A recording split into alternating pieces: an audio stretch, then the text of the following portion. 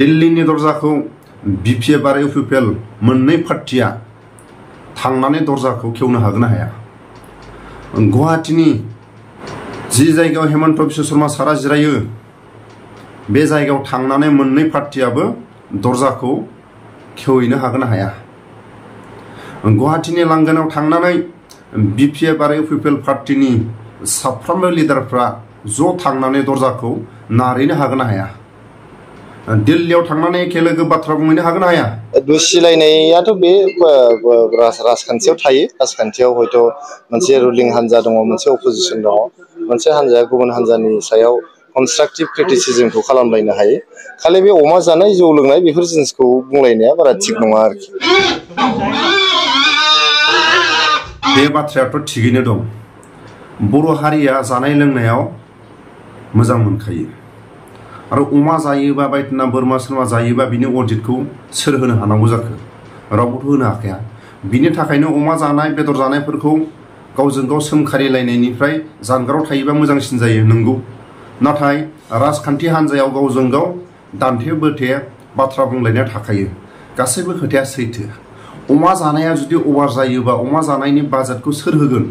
बिनि थाखायनो माखासे अमा जालायनायखौ आन्दोआव दोनथ'। नुबोआखै जे बर'नि संगठनफोरखौ मालाबाबो खौसे जानाय बेफोरबायदि नुबोफेराखै। पागले नखय कि सागले नाखाय कि। गतिके आङो गिबियावनो प्रथमाव आङो बिपिएफनि बा हाग्रामा महिलारि जानानै आङो बेवहाय एबसुनि दैदेनगिरि बिथांमोनखौ आं धन्यबाद जासिदों। मोजां नांदों। मोनफ्रोमबो पार्टिया ज' जादों। जोंनि बर' हारिनि गेजेराव सम सम बेसेबांबा बोसोरनि उनाव नङा, हायोबा 6 मासावनो बर'फ्रा मोनफ्रोमबो पार्टिया ज' जालायनानै गावजों गाव राजखान्थि हान्जायाव बखिलायनाय थाखायो। नाथाय बर'नि माखासे खामानि मावनो गोनां आरो बर'नि माखासे खामानिखौ माबोरै मावलांगोन बेफोरखौ 6 मासनि गेजेराव जिरायोबा साबसिन जायो। नाथाय गान्दा सारनि माखासे गारबोनाय समाव हाग्रामा महिलारियानो बुंदोंमोन पार्टिखौनो बरलायबाय थायो। गाबोन समफोर बुङाथ' हाग्रामा महिलारिया आंनि पार्टिनि नङा, आंनि पार्टिनि नङा। पार्टिखौनो मालाबा समाव बिजेपि, मालाबा समाव आरो इउटार्न बिपिएफ, आरो मालाबा बै पार्टिया मोजां। बिनि गोसोआव माने गुलाय गुजाय। बिनि थाखाय गेदेरमा दैदेनगिरिया हाग्रामा महिलारि सारनि जानानै बुंनाय रावा बे सैथो, थिगानो। नाथाय सम सम हाग्रामा महिलारि सारा गारबोनाय समफ्राव बुंदोंमोन गोसोआनो उरां फारां। नाथाय जोंनि बर'नि गेजेराव पार्टिया ज' जादों, मोजां जादों। नाथाय सानसुमा खुंगुरखौ नुनाय जायाखै आरो माखासे जोंनि बर' माहारिनि गेजेराव बनसुखौ नुनाय जायाखै। नाथाय गासैबो बर' हारिया राजखान्थि हान्जाखौ, मोननै हान्जाखौ बर'फ्रा फोथायनाय दं। बिपिएफ आरो इउपिपिएलखौ फोथायो। मोननै पार्टिया बाहागो लादों। जिखुनु जाया पार्टिया फैयाबाबो मोननै पार्टिया बर'नि मैखोम बिपिएफ आरो इउपिपिएल बाहागो लादों। बयनिबो गोसोआव मोजां मोनदों। नाथाय दिल्लीयाव थांनानै बाथ्रा बुंनो हागोन ना हाया? जायफोर गेदेरमा दैदेनगिरिफ्रा सोरबा गुवाहाटीयाव थांनानै बुंनो हागोन ना हाया? बेखौ जोंहा एसे डाउट दं। बिपिएफ इउपिपिएल दिल्लीयाव थांनानै धरना हैनांगौ, हायोबा गुवाहाटीयाव थांनानै धरना हैनांगौ। बेसो बर'नि माखासे मावनांगौ खामानिफ्रा। गावजों गाव सावरायलायनानै गावजों गाव मोखां नायलायनानै माबा मोनसे डेभेलप जागोन ना? नाथाय खौसेया जायो, थिगानो। गावजों गाव गुलाय गुजायफ्रा गासैबो थिग जायो। नाथाय मावथारनांगौ खामानिया दिल्लीयाव थांनानै जायफोर गादियाव दं, सोरबा बिपिएफ पार्टियानो जा, सोरबा इउपिपिएल पार्टियानो जा, दिल्लीयाव थांनानै बाथ्रा बुंथारनांगौआ गोनांथार। गुवाहाटीयाव थांनानै बाथ्रा बुंथारनांगौनि एकदम गोनांथिथार। गावजों गाव मोखां नायलायनानै गावजों गाव बखिलायनानै माबा मोनसे लाब जागोन नामा? नाथाय खौसेखौ अराय सम नांगौ। 6 मासजों जिखुनु जाया पार्टिया ज' जालायनानै सावरायलायोबा माखासे खामानिखौ मावलांनो थाखाय मोजां जायो। इउपिपिएल आरो बिपिएफ बिनि मिरुनि गासैबो दैदेनगिरि जायफोर बिथांमोना रिप्रेजेन्टेसन हिसाबै फैदों आरो जोंनि मुल दाबिया जाबाय जे उदालगुरिखौ लकसभा दानांगौ। क' टार्मिनास मोनद' बिधानसभा समस्तिखौ लानानै उदालगुरि लकसभा, 2 नम्बराव एसटि समस्तिखौ बिटिआरआव बारायनांगौ। दिपेन बर' सारनि दैदेननायाव मोननै पार्टिखौबो हांख्रायनो हादों। बे जोंनि बर' हारिनि थाखाय जोबोद गनायथाव।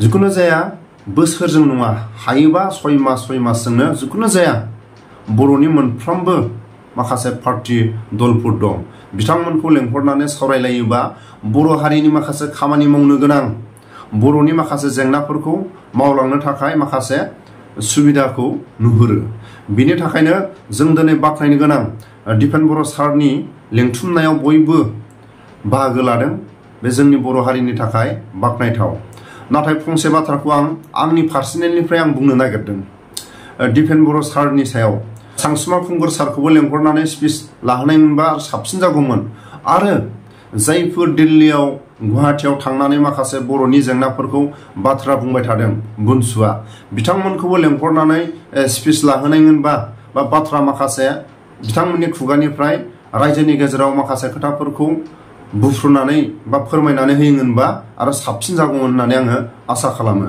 हाग्रामा महिलारि सार आरो प्रमद बर' सारखौ आरो सानैखौबो एखे लोगो मोनसे स्पिकारावनो बाथ्रा बुंहोनायमोनबा आरो साबसिन जागौमोन होननानै आङो दिपेन बर' सारनिसिम खावलायहरो नाथाय बिपिएफ पार्टीनि जानानै जाय गेदेरमा दैदेनगिरिया स्पिच लाखिदों सानसे समावथ' बुंदोंमोन हाग्रामा महिलारि सारानो बिथांनि गोसोआ उरां फारां नाथाय बेसेबां सैथो बिजेपिनो मालाबा समावनो इउटार्ननो बेबायदि माखासे बाथ्राखौ बुंबोदोंमोन नाथाय माखासे गारबोनाय खोथाफोरखौ जोंहा रायखांनांगौ जेबो प्रयोजन गैया जोंनि माखासे खामानि मावनो गोनां खामानियाव सोरबा मोजांबाबो गाज्रिबाबो ज' जानानै जों सरकारनि सायाव माखासे खामानिखौ मावनो थाखाय आवगायलांनांगोन बिनि थाखायनो आंनि गोसो गोरबोजों दिपेन बर' सारनिसिम आखाइ खबजोबनानै आंनि गोसो गोरबोनिफ्राय गोजोननाय जासिहरो आंनि बुंनायफ्राव माबा मोनसे जुदि गोरोन्थिफोर जालांदोंबा साफ्रोमबो गेदेरमा दैदेनगिरि रायजो राजा बयनिसिमबो निमाहा मोनगोन होननानै आं आसा खालामो आरो उननि समफ्राव बेबायदिनो 6 मासजों नङाबा बोसोरसेजों बेबायदिनो ज' जालायनानै माखासे खामानिफोरखौ मावनो थाखाय बर'नि जेंनाफोरखौ सुस्रांनो थाखाय बेबायदि सावरायलायबाय थायोबा आरो साबसिन जागोन होननानै दिपेन बर' सारनिसिम आं खावलायहरो नाथाय दिल्लीयाव एखे लोगो थांगोन ना थाङा बिपिएफ पार्टी पिपल पार्टीया एखे लोगो थांनानै दरजाखौ खेवहैनो हागोन ना हाया एखे लोगो थांनानै मोननै बर'नि राजखान्थि हान्जाया हेमन्त बिश्व शर्मा सारनि खाथियाव बाथ्रा बुंहैनो हागोन ना हाया बेखौसो जोंहा माखासे साननो गोनां दिपेन बर' सारा बेखौ मोजाङै नोजोर लानाया मोजां जोंनि बर' माहारिनि साख्रियाल गौथुमफ्रा दिल्लीयाव थांनानै बाथ्रा बुंहैनो हागोन ना गुवाहाटीयाव थांनानै बाथ्रा बुंहैनो हागोन ना माखासे हान्जाफ्रा थांनानै दिल्लीयाव बाथ्रा बुंहैनो हागोन ना गुवाहाटीयाव थांनानै बाथ्रा बुंहैनो हागोन ना जोबथारनायाव फंसे बाथ्राखौ गेदेरमा रायजो राजा आंनि चेनेलनि नायगिरि बयनिसिमबो खावलायहरो मैयानि थांनाय सानाव दिपेन बर' सारनि हांख्रायनायाव